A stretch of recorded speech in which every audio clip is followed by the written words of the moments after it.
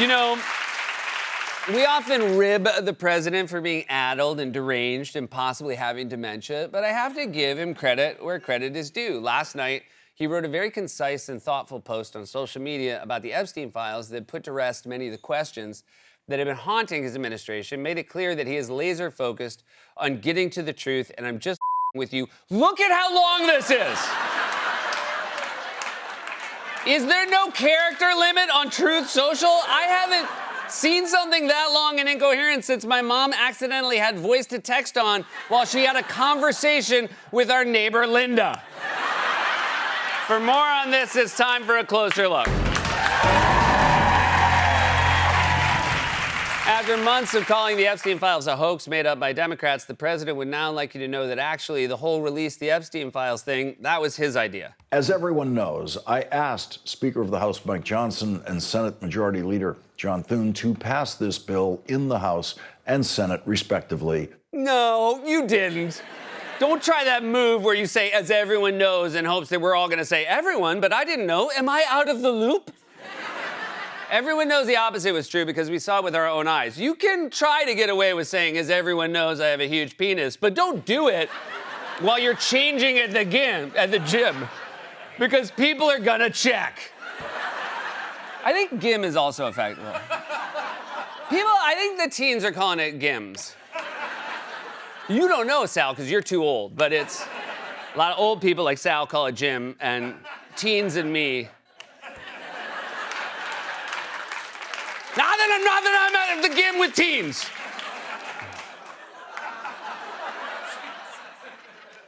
I also like when Trump starts using big words like respectively. That's how you know he's spinning out. If things get any worse, his next post is going to say, heretofore, I have toiled many fortnights in quiet obscurity to secure the release of these most precious documents and make known henceforth that I was not friends with and thus never visited Jeff and the island, respectively. Let's not forget, the same guy who is now claiming he told the House and the Senate to pass a bill to release the Epstein files also claimed not long ago that those same files were fake. These files were made up by Comey. They were made up by Obama. Why are we giving publicity to files written by Obama, crooked Hillary, Comey, Brennan, and the losers and criminals of the Biden administration? He really should just pick one of them as having written the fake Epstein files, because I find it hard to believe that whole group could work together. Now, Joe and I will start working on the fake files. Comey, Hillary, why don't you do the fake emails? I'd prefer not to work on emails with Jim Comey. Now, Hillary, I did what I thought was right with your email server. You! I got an idea. Instead of emails, I'm gonna fake a birthday card from Trump to Epstein. Gonna be a drawing of a naked lady. I'm gonna make the signature look like pubic hair.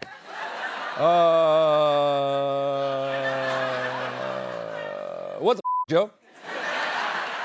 I do think it's worth pointing out that none of those people were in office when Epstein was arrested and his files were seized. You know who was in office? You were. You want us to believe that Hillary, Obama, and Biden snuck into the DOJ while everyone was asleep and put your name in a bunch of documents. For one thing, Biden's not that slick. If the files were up one flight of stairs, toast. He would be toast. He's not exactly Tom Cruise in Mission Impossible.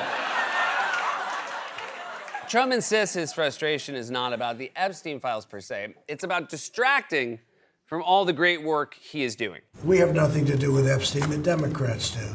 All of his friends were Democrats. All I want for people to recognize a great job that I've done on pricing, on affordability, because we brought prices way down, but they're going way lower, on energy, on ending 8 wars and another one coming pretty soon, I believe.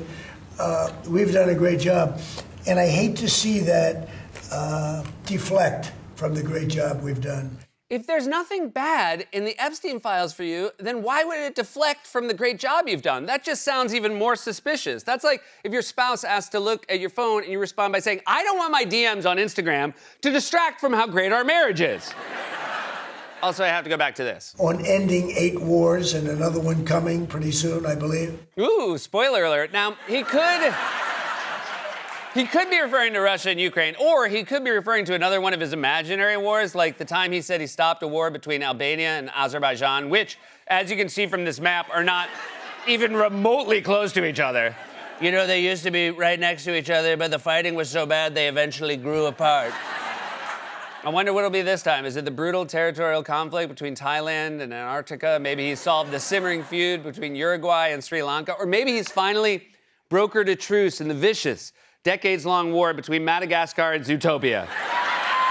I remember the king came up to me, big lemur, strong lemur, tears pouring from his giant cartoon eyes down onto his long ringed tail, and I said, what do you want to do with the border between your two countries? And he said to me, I'll never forget, he said, Mr. President, sir, I like to move it. And I said, it's so true. That's the exact same thing I said when I was dancing with my very good friend, Jeffrey Epstein. Trump wants us to talk about all the great work he's done on prices. Now, if you've been to the grocery store at all in the past few months, you might not think it is so great. The issue of affordability, the issue of how people feel about the economy popping up in our latest polls, a personal financial situation now, excellent, good, 40%, only fair or poor, 60%, economic conditions for the nation and you personally, again, 25% positive, 76 negative for the nation. Coffee up 15%, uncooked ground beef up 14%, bananas up 8%, fresh cakes and cupcakes up 6%, lettuce up almost 6%, lunch meat, salad dressings, tomatoes all up, well more than that, 2.5%. Trump may not care that lettuce is up. He may not care that tomatoes are up. He may not even care that bananas are up. But steaks, cakes, and lunch meats? That sounds like the title of a show he would have on the Food Network. So your eyes and your wallet might tell you the prices are going up. But guess what? The president has a message for you. Your eyes and your wallet are wrong. Inflation is almost non-existent. We have almost no inflation. Prices are way down. We have virtually no inflation. Prices are coming down very substantially on groceries and things. Prices are coming down. Prices are coming down and all of that stuff. We have it almost at the sweet spot. And prices are coming down. Prices are coming down. Prices are coming down. Prices are coming way down. Prices are coming down, and we've already brought them down. Food prices are way down. It's all coming down. You never want to hear a president say the words, it's all coming down. He sounds like he's playing Jenga. This is the greatest test yet of Trump's nearly mystical ability to lie his way out of any problem. He can lie about corruption or climate change or healthcare or fake wars that he fake solved, but he can't lie about numbers. People see with their own eyes every day at the grocery store. Trump is going to have to personally go around to every Kroger in the country and use his Sharpie to cross out the price of bananas and write, actually, they're free if you skip the checkout line. Just walk out the door right now. Quick run.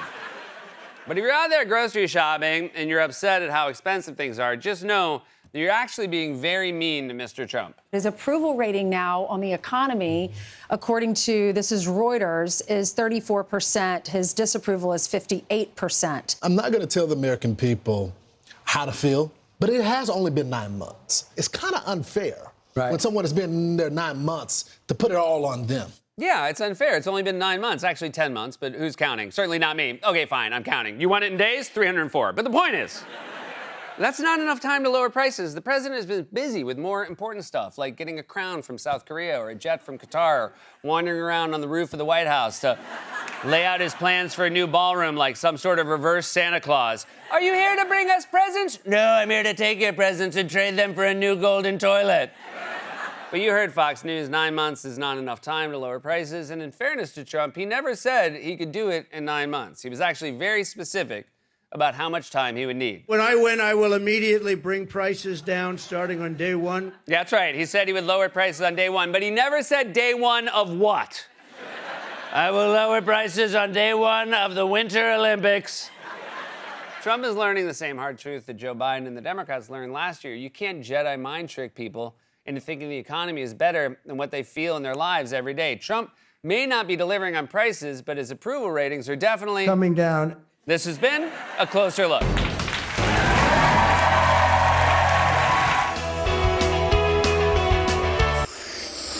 Thanks for watching.